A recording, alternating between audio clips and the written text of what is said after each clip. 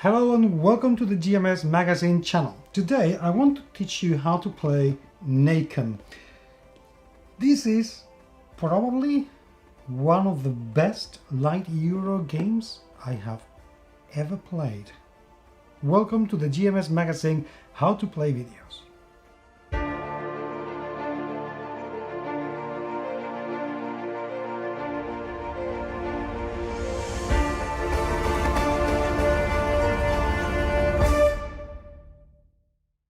Nakum was sent to me by Eclipse Editorial a few weeks ago, and after playing it with my friends, we were absolutely blown away by how simple and how much fun the game is. This, my dear friends, is the setup of the game with a couple of exceptions that I'm going to show you in just a minute. But let me tell you what is it that we can see. This is, as you can imagine, the main board where we have a central tile where things are going to happen. I'll tell you what they are in a minute. And then the nearby tiles that we can explore and find out what resources they are going to provide. We have a few black cubes that are going to show when a resource is depleted.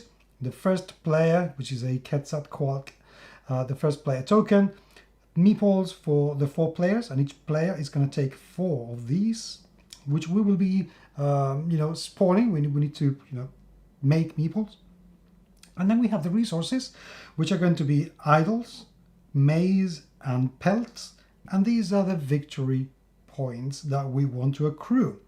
The game comes with 4 reference cards, one for each player, and each player is going to allow a slightly different thing that they can do during game. Again, we will take a look at this, but to give you an example, the Chugiana. So you can get up to 4 meeples, so you put your meeples in here. You start with 1.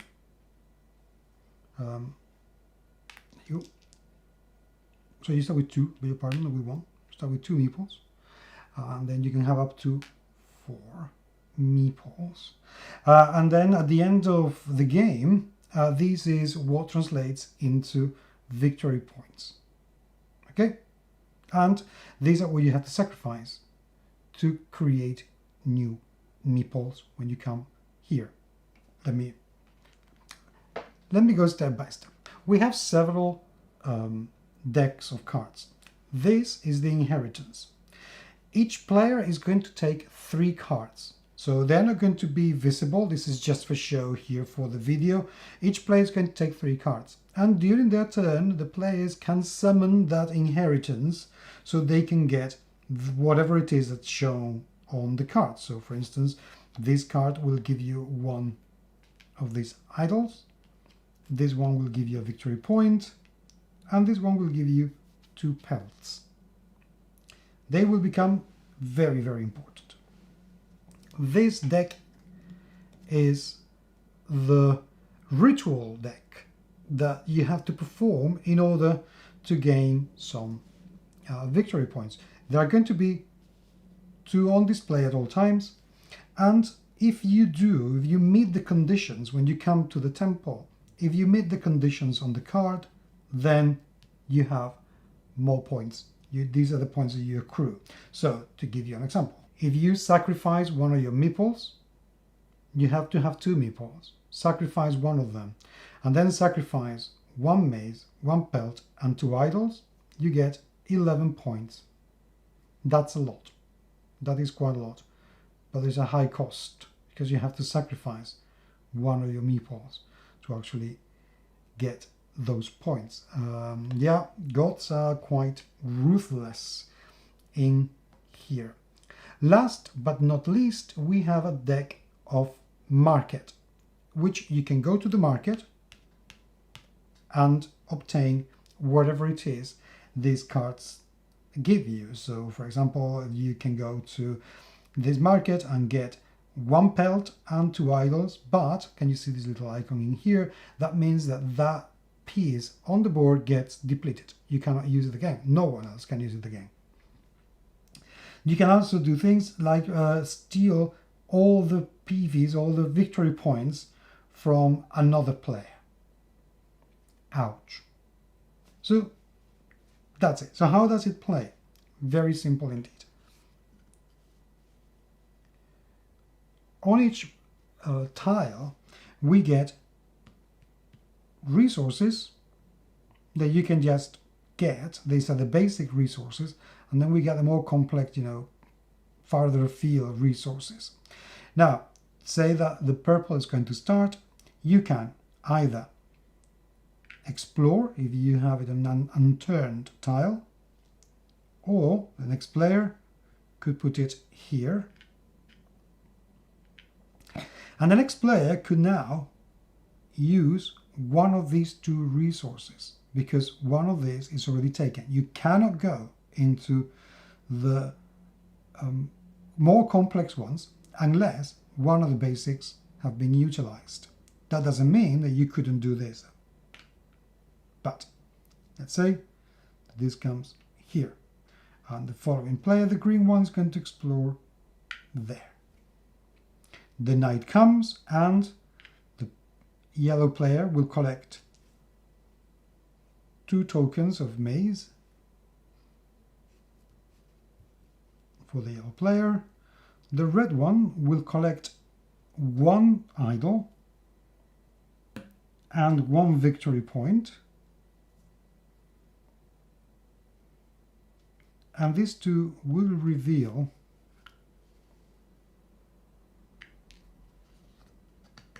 whatever lies under these.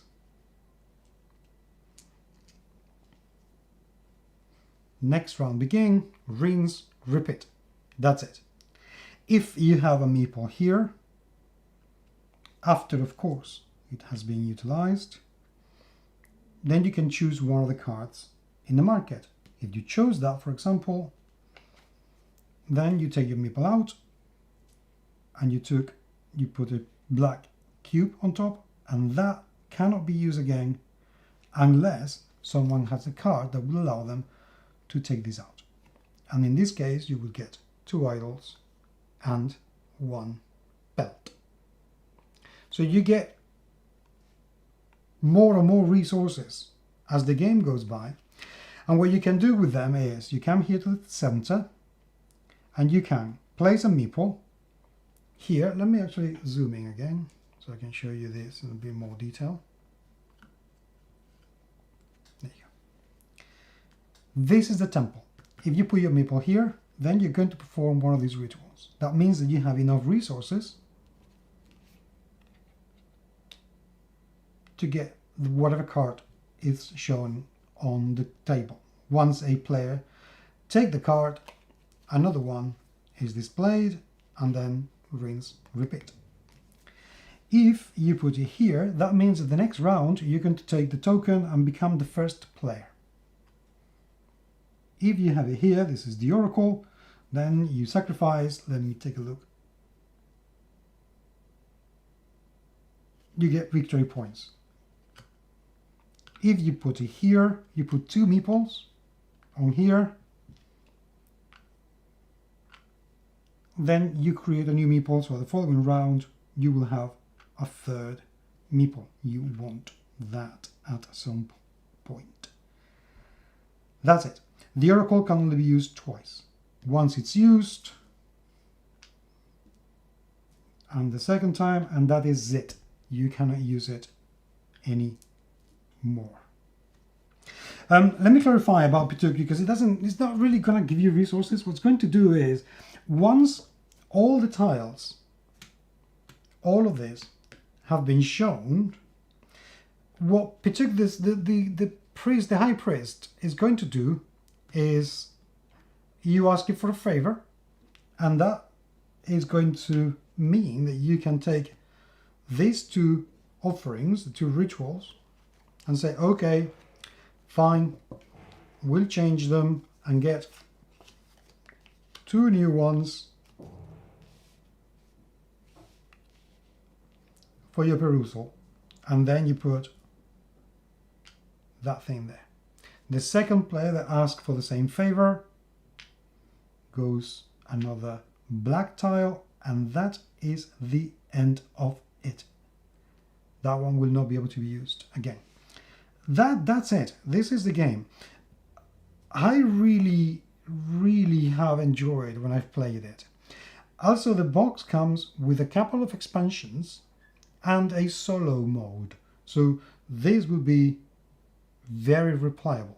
But what I like the most for this game is that it is pretty perfect for newcomers to Euro games.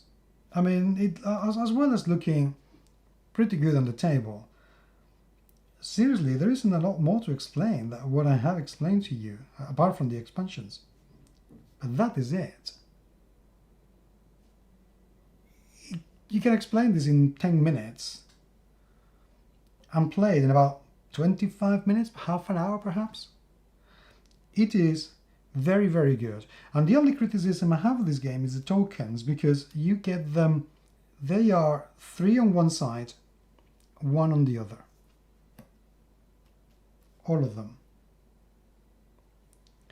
The problem with that is that it would be very easy to, when you're handling them, flip them and lose track of how many resources you have. So you have to be very, very careful with that. It is the only thing that you need to watch out for. But other than that,